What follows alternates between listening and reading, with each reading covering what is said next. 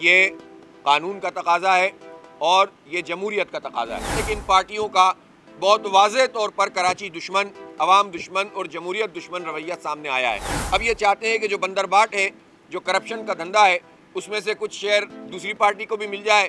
ایک ناجائز ایڈمنسٹریٹر کو ہٹا کر دوسرا ناجائز ایڈمنسٹریٹر سیاسی بنیادوں پہ لگانے کی کوشش کی گئی تو اس کی مزاحمت کی جائے گی. بلدیاتی الیکشن روکنے کی کسی سازش کو کامیاب نہیں ہونے دیں گے. ایم کیو ایم میئر شپ نہیں، پیپلز پارٹی کی لوٹ مار میں حصہ چاہتی ہے. بلدیاتی الیکشن میں پہلے تاخیر کی ذمہ دار بھی یہی دونوں جماعتیں ہیں. حکومت اب ہوش کے ناخن لے.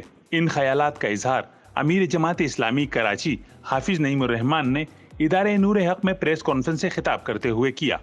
ان کا کہنا تھا کہ کراچی کا کوئی پرسان حال نہیں، سندھ کے شہری اور دیہی علاقوں کے عوام کا استحصال کیا جا رہا ہے. کسی خوش فہمی میں اب بھی ان کی بعض پارٹیاں ہیں کہ ہم کسی طرح الیکشن کو ملتوی کرانے میں کامیاب ہو جائیں گے. کسی صورت بھی یہ عمل قبول نہیں کیا جائے گا. الیکشن بلدیاتی اپنے وقت پر ہونا چاہیے. یہ آئین کا تقاضا ہے، یہ قانون کا تقاضا ہے اور یہ جمہوریت کا تقاضا ہے. چونکہ ابھی ہم یہ دیکھ رہے ہیں کہ ترقیاتی کاموں کے نام پر جو کچھ ہو رہا ہے اس میں جھنڈے لگا کر کام کیے جاتے ہیں.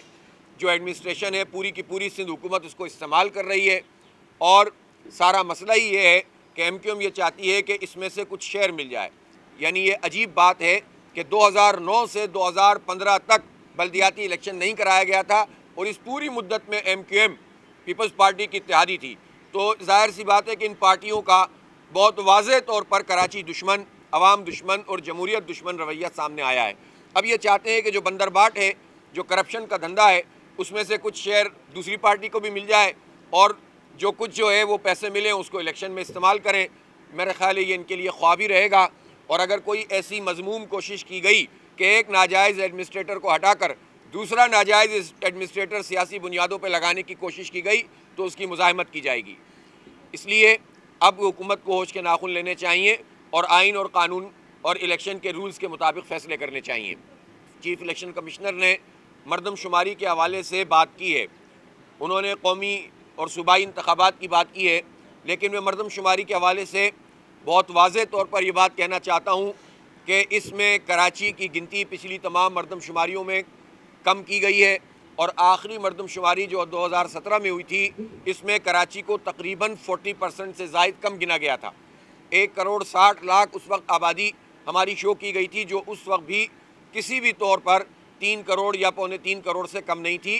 اور اس کا ثبوت وہ تمام رپورٹس ہیں جو بین الاقوامی سطح پر یا پاکستان میں موجود جو ڈیموگرافرز ہیں ان کی یہ رپورٹس موجود ہیں.